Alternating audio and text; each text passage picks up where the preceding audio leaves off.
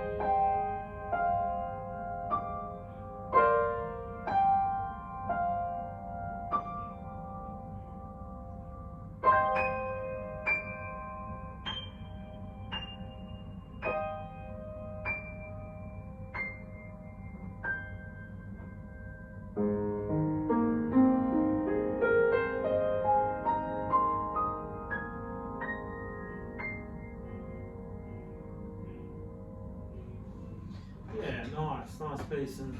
Yeah, sorry about butchering that second last line there. I thought it did pretty well for a sorry up to that point.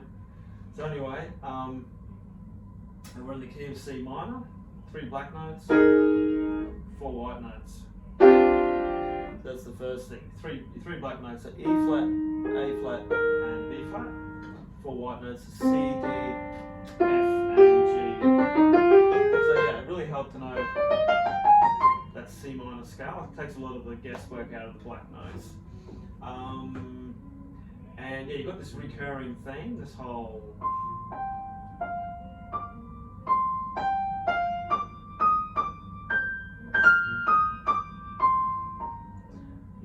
that octave, then sometimes going up this octave.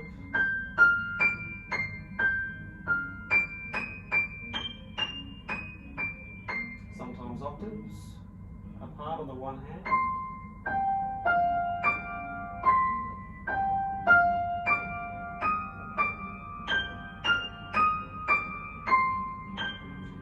And the melody varies at different places.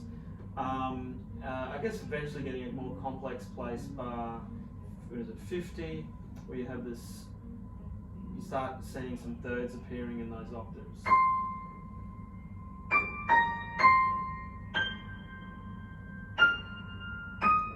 And here.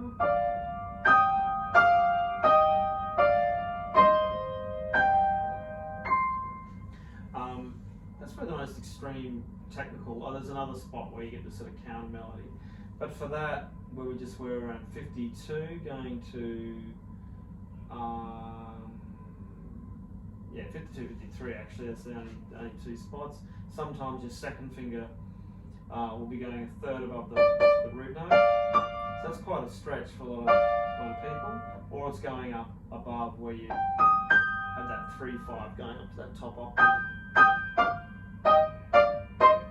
So I'd zone in and practice its points there. But that's it for that melody. There's just slight variations of it. Once you've got even the first sort of 2 lines of that page, you're just varying that melody slightly.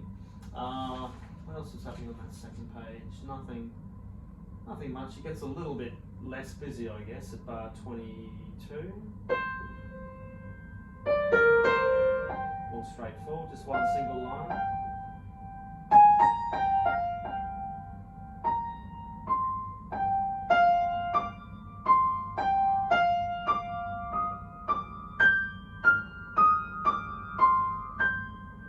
And so on. That's quite an easy part to put together. You have these little runs at times, so 11, 12, bar 13, you get this.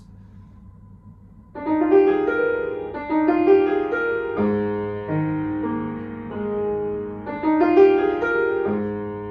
you could practice going. I heard it on good authority that I've actually heard the piece, there's a little bit of a break after that. Right there where you could, but still, it would be helpful to practice that, particularly a scale. Learning to do that faster and faster.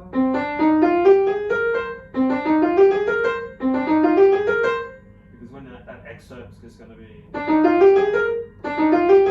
which you could even start on 4 to replicate a normal C minor scale fingering. The big thing is that jump. So any previous videos you've seen with eyes closed practicing and preparing the finger, if you go from that high B flat at bar 13 to the low A flat at bar 14, it's quite a substantial jump. 2 to 5. So again, placing your finger on the B flat and getting to that pinky on the A flat as quick as you can. Second step would then be to play it after you've lined it up.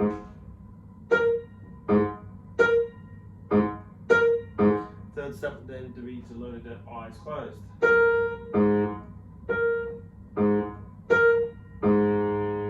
And at that point it makes it a lot easier to jump down there without having to overthink it and over rely on looking at it. There's another little section like that. It happens at bar 21. Same notes again, but it actually finishes on the C. which makes more sense. I mean, that one actually does too, but it's finishing it on your right hand. Your left hand starts it, so it's actually heading to there. But for practical purposes, it's really the left hand has to jump around a lot. Whereas a bar 21 goes straight to the melody line. And another spot at bar 37, similar thing. Starts on your left, ends up on your right. So first you could practice it hands next to each other. So it feels like you're heading towards it. And then of course splitting down to that A flat on your left hand.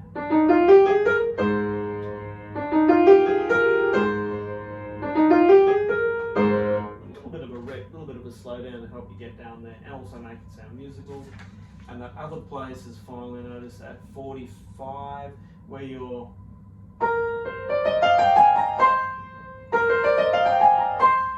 you got like one of these semi-quavers with the three stems. Dagga dagga dagga dagga down.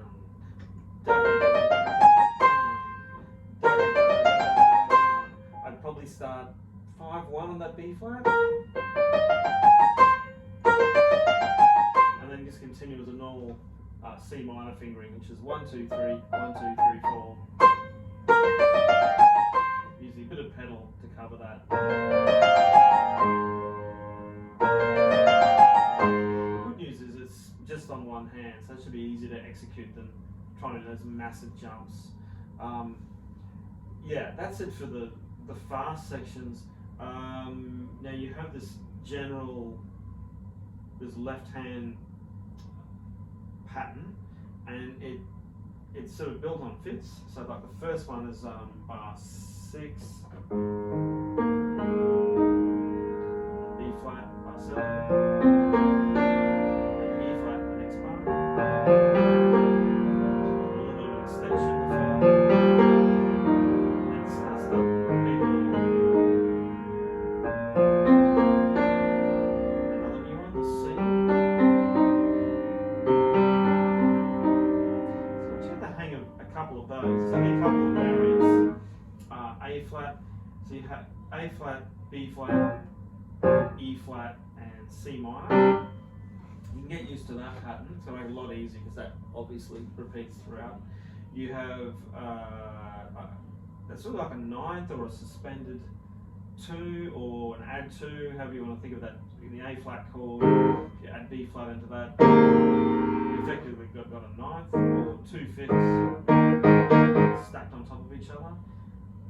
Which is basically a 5-2-1 stretch on your left hand. 5-2-1, and then you move to the new position.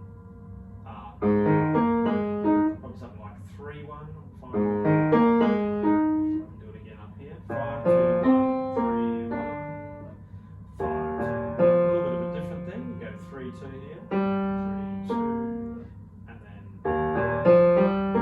step it out. And the C minor one, 5-2-1. 2-1.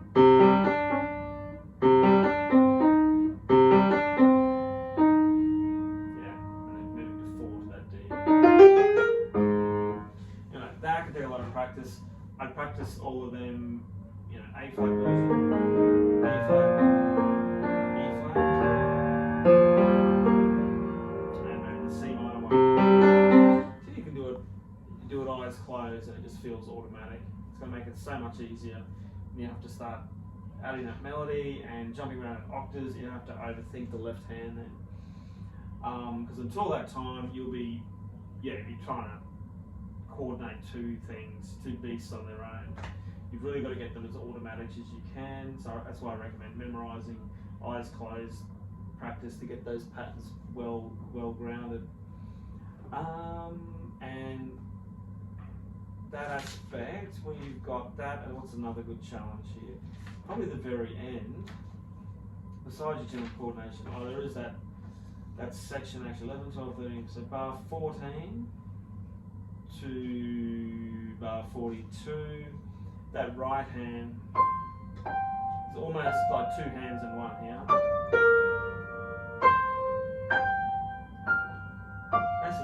two voices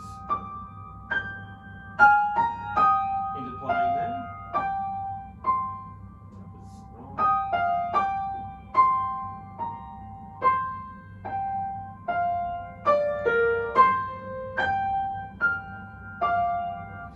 It's a lot of fun, and you may even have to play it within two hands to get the hang of it.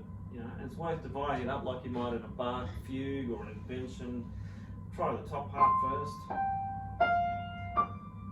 Any fingering will do, just so you can tease out that line,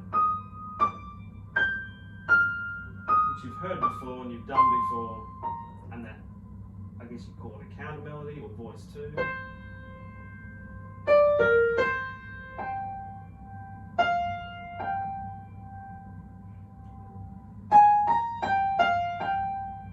Again, I was starting at bar 14, just those 4 bars, and yeah, trying to take some very tricky fingering to have to turn over and use the pedal to gel that together.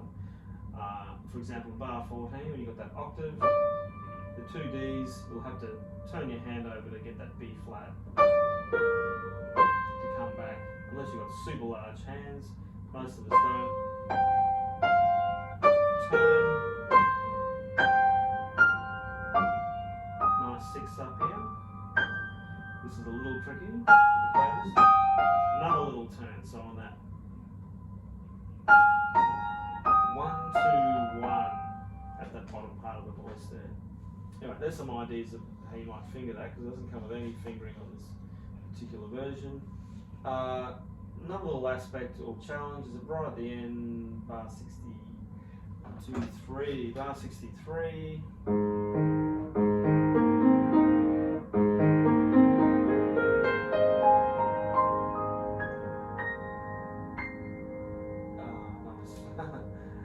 It's like an A flat add 9 chord, or A flat 9, A flat.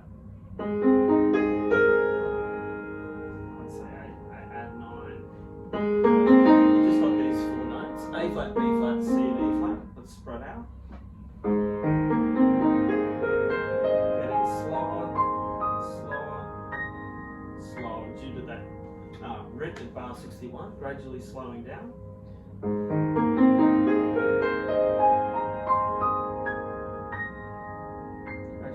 Softer as well and higher. Great finishing effect. That right hand pattern just repeats itself up. So once you've got the first one, C, E flat, A flat, B flat, you just do it again.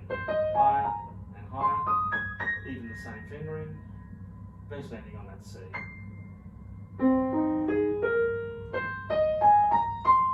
In fact, you could get, it's like an altered arpeggio. If you know your A flat arpeggio,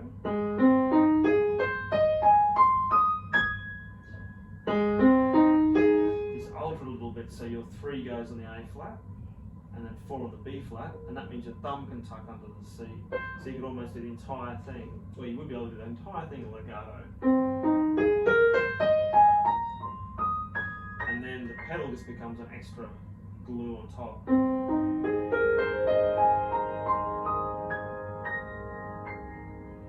That's a little technical there at the end. Other than that, you know, I guess there's a couple of variants between left and right hand, but that's pretty much the gist of it. It uses a good range of the piano.